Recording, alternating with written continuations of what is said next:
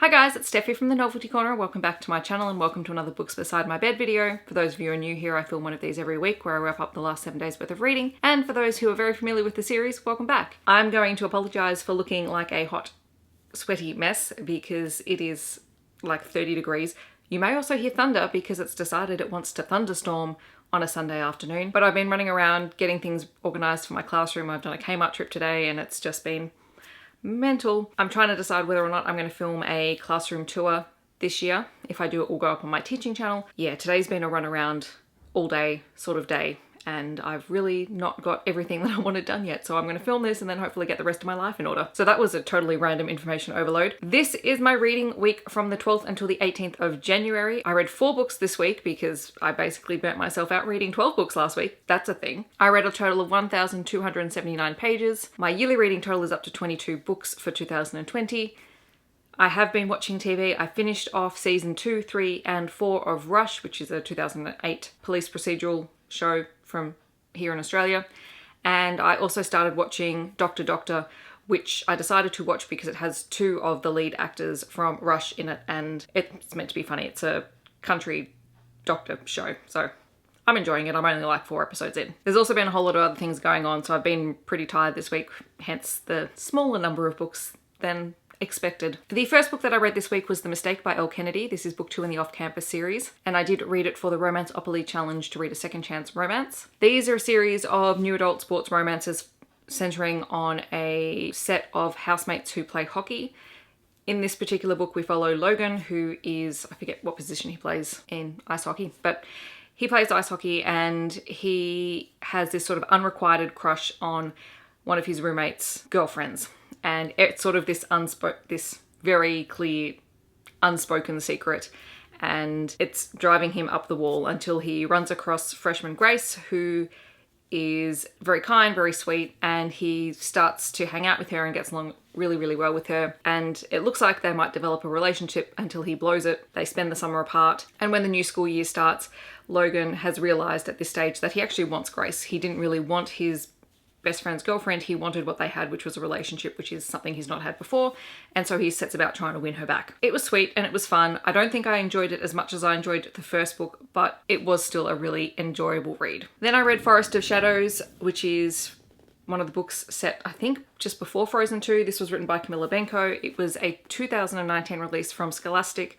I gave it 3.5 out of 5 stars. This was a review copy that Scholastic sent me, so thank you very much to them. I do have a review for this up on my blog already, so I'll leave that linked down below. But this follows Anna and Elsa as they uncover a mysterious illness that is affecting Arendelle. It's up to the 2 of them to try and stop it. When Anna sets out to try and do this, she unwittingly unleashes a bit of magic that adds a few layers of complication to solving the illness, and Anna, Elsa and their friends have to work together and overcome some differences that have popped up between the end of the first book and this story to try and resolve everything in a timely manner, and they have this time limit of about 3 days. This was really fun and enjoyable, and it's definitely a chunky middle grade-ish type read, so definitely more for your older readers, but I think if you are fans of Frozen, you'll probably enjoy it. Full confession, I've not seen any of the films. I lived vicariously through a bunch of 5-year-olds who were obsessed with Frozen when it first came out, so I didn't actually need to see it because I got a play-by-play of the entire film almost on a daily basis for about a month.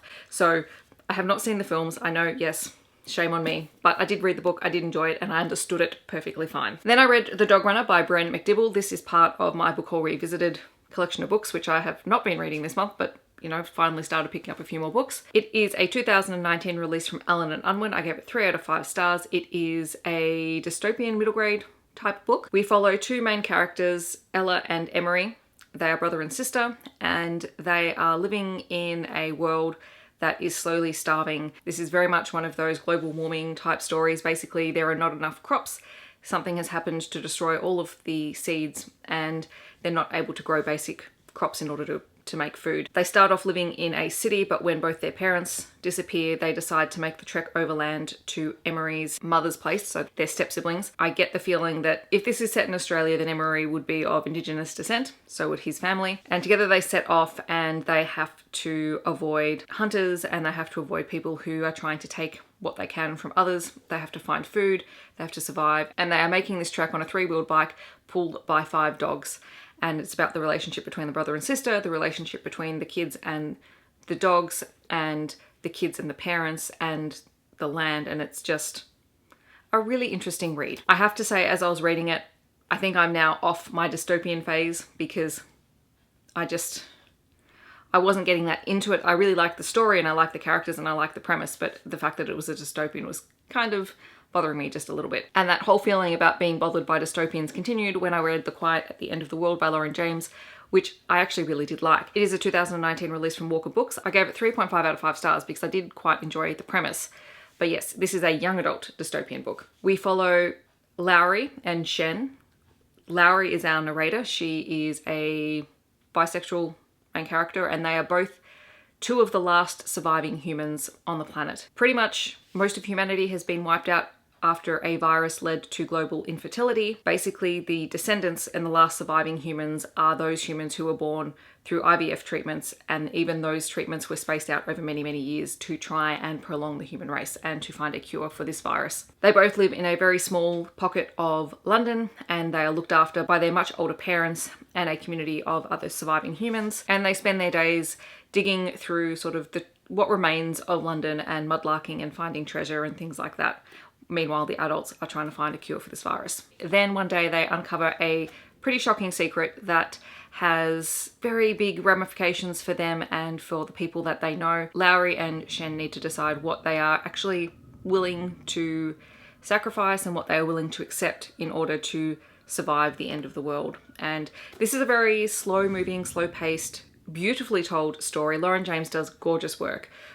I read The Loneliest Girl in the Universe, and that's one of my favourite young adult science fiction books. This was beautifully told, but I think it's more the dystopian aspect of it that really sort of threw me. But I really loved the concept. I loved the twist that was in here, and the distressing thing is I could totally see this happening, and I could totally see this being what happens at the end of the world.